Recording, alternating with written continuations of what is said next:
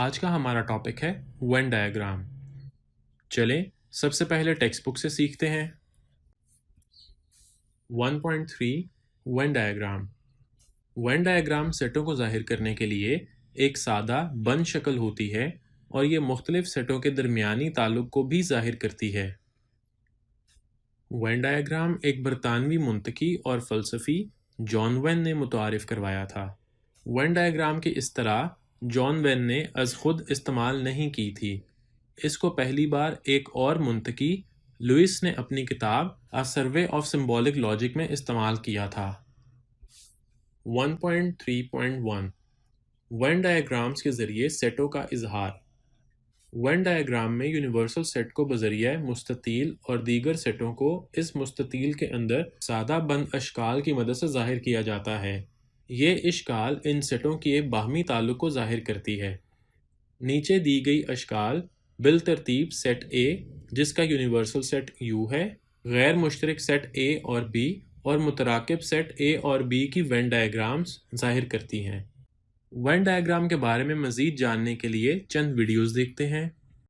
Venn diagrams और set operations के इस सबक में खुशामदीद। इस वीडियो का मकसद वेन डायग्राम्स को डिफाइन करना है। वेन डायग्राम्स सेट्स के दरमियान ताल्लुक को जाहिर करता है और सेट ऑपरेशंस को डिफाइन करने के लिए एक वेन डायग्राम एक विजुअल डायग्राम है जो एक दूसरे के साथ सेट्स के ताल्लुक को जाहिर करता है। तमाम एलिमेंट्स का सेट यूनिवर्सल सेट कहलाता है जिसे रेक्टेंगल के जरिए जाहिर किया जाता है। जैसा कि हम यहाँ देखते हैं, ए का कॉम्प्लीमेंट यू में तमाम एलिमेंट्स का सेट है जबकि ए में नहीं है, या सेट बिल्डर नोटेशन इस्तेमाल करते हैं। ए का कॉम्प्लीमेंट एक्स एलिमेंट्स का सेट है जैसा कि एक्स यू का एलिमेंट है और एक्स ए का एलिमेंट नहीं है। लिहाजा अगर हम यूनिवर्सल सेट को इंटीजर्स के तौर पर लें जो कि 1, 2, 3, 4 एंड 5 हैं और ए वो सेट है जो कि 1, 2 एंड 3 एलिमेंट्स रखता है, तो फिर ए का कॉम्प्लीमेंट यू में एलिमेंट्स रखता है जो कि ए में मौजूद नहीं होते। लिहाजा एलिमेंट्स 4 और 5 मौजूद होते हैं। एलिमेंट्स 1, 2 और 3 सेट ए के अंदर होंगे और एलिमेंट्स 4 एंड 5 सर्कल ए के बाहर होंगे। सेट ए और बी डिस्जॉइंट हैं अगर वो कोई भी कॉमन एलिमेंट शेयर नहीं करते। लिहाजा वेन डायग्राम इस्तेमाल करते हुए सेट ए और बी ओवरलैप नहीं होते। लिहाजा यहाँ अगर यूनिवर्सल सेट 1, 2, 3, 4, 5, 6 का सेट रखता हो तो सेट ए में 1, 2, 3 होते हैं। सेट बी 1, 2 एंड 3 नहीं रखता, लेकिन इसे यूनिवर्सल सेट के साथ एलिमेंट्स रखने होते हैं। हो सकता है कि बी 4 एंड 5 रखता हो। लिहाजा वेन डायग्राम के लिए 1, 2 एंड 3 सेट ए के अंदर होता है, 4 एंड 5 सेट बी के अंदर होते हैं और 6 दोनों सर्कल्स के बाहर होगा। इस डायग्राम में बी ए का एक मुकम्मल सबसेट है। इसका मतलब है कि बी ए का सबसेट है लेकिन बी ए के बराबर नहीं होता।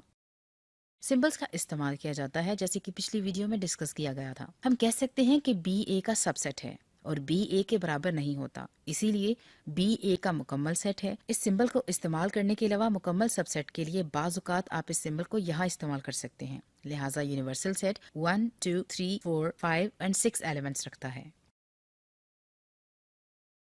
चलिए कहते हैं सेट ए 1, 2, 3 एंड 4 रखता है। सेट बी को सेट ए में कुछ एलिमेंट्स रखने चाहिए लेकिन उनमें से सब नहीं, क्योंकि वो बराबर नहीं होते। लिहाजा हो सकता है कि सेट बी 1 और 2 रखता हो।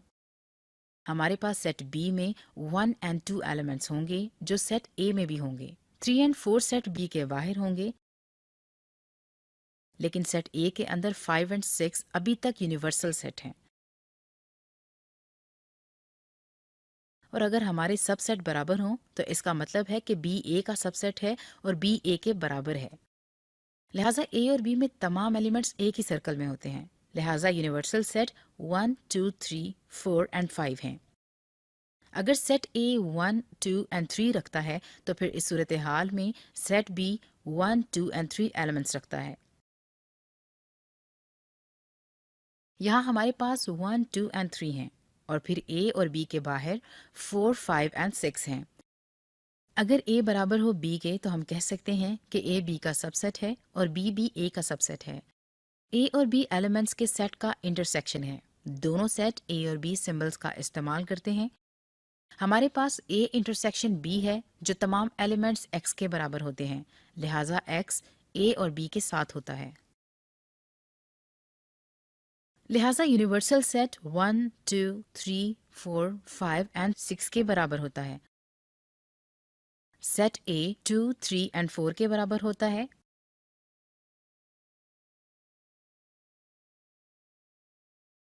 और सेट बी 3, 4, 5 के बराबर होता है।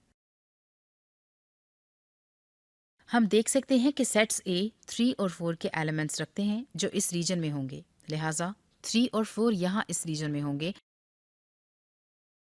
और सेट ए एलिमेंट 2 भी रखता है, लिहाजा यहाँ 2 होगा। और फिर सेट बी में 5 एलिमेंट्स होते हैं जो यहाँ 5 होगा, जो 1 और 6 एलिमेंट्स को यूनिवर्सल सेट में छोड़ देगा।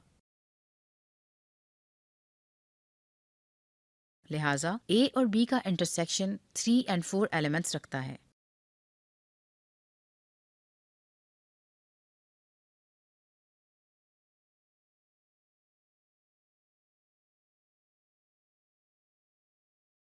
अब यूनियन सेट्स के बारे में बात करते हैं। ए और बी का यूनियन सेट ए और सेट बी में तमाम एलिमेंट्स का सेट है, लिहाजा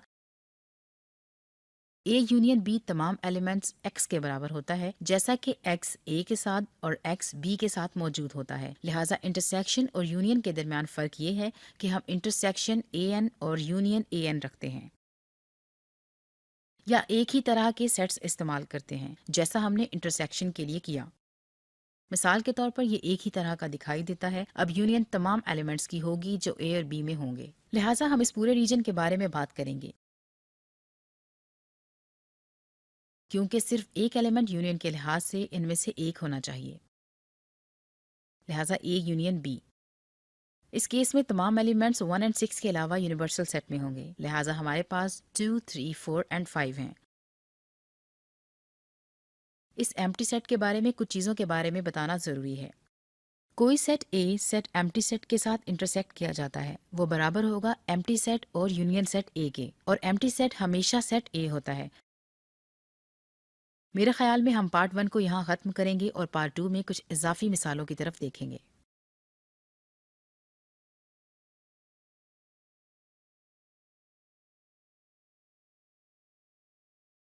एक और वीडियो देखते हैं। आज का हमारा टॉपिक है वेन डायग्राम। सबसे पहले हम वेन डायग्राम की डेफिनेशन को डिस्कस करते हैं। A universal set is represent in the form of rectangle, it's subset represented in the form of closed figures inside the rectangle, it's joining figure is the representation for a is a subset of universal set through Venn diagram. अगर हमें दो sets A और you दिए गए हों और ए set universal set का subset हो तो वेन डायग्राम की फॉर्म में उसे इस तरह रिप्रेजेंट किया जाता है। Demonstration of union and intersection of three overlapping sets through Venn diagram. सबसे पहले हम देखते हैं कि A union B union C के सेट्स को किस तरह वेन डायग्राम के थ्रू रिप्रेजेंट किया जाता है। बी यूनियन सी को हॉरिजॉन्टल लाइन से रिप्रेजेंट किया जाएगा, जबकि A union B union C को वर्टिकल लाइंस के थ्रू रिप्रेजेंट किया जाएगा।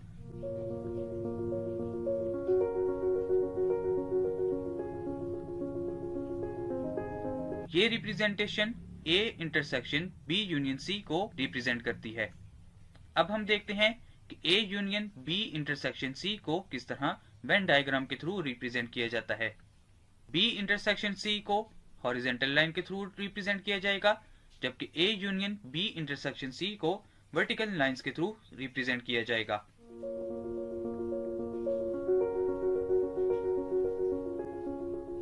ये part A union B intersection C को रिप्रेजेंट करता है। अब हम देखते हैं कि A intersection B union C को वेन डायग्राम के थ्रू किस तरह रिप्रेजेंट किया जाता है। बी यूनियन सी को हॉरिजॉन्टल लाइन के थ्रू रिप्रेजेंट किया जाएगा, जबकि A intersection B union C को वर्टिकल लाइंस के थ्रू रिप्रेजेंट किया जाएगा।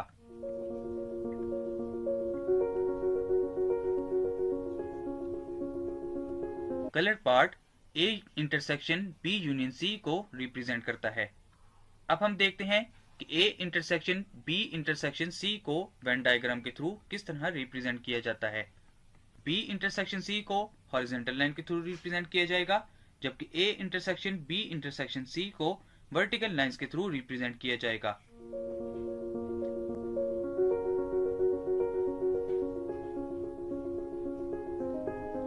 इसमें ये part A intersection B intersection C को रिप्रेजेंट करता है। चंद एमसीक्यूज की मदद से कॉन्सेप्ट को मजीद क्लियर करते हैं।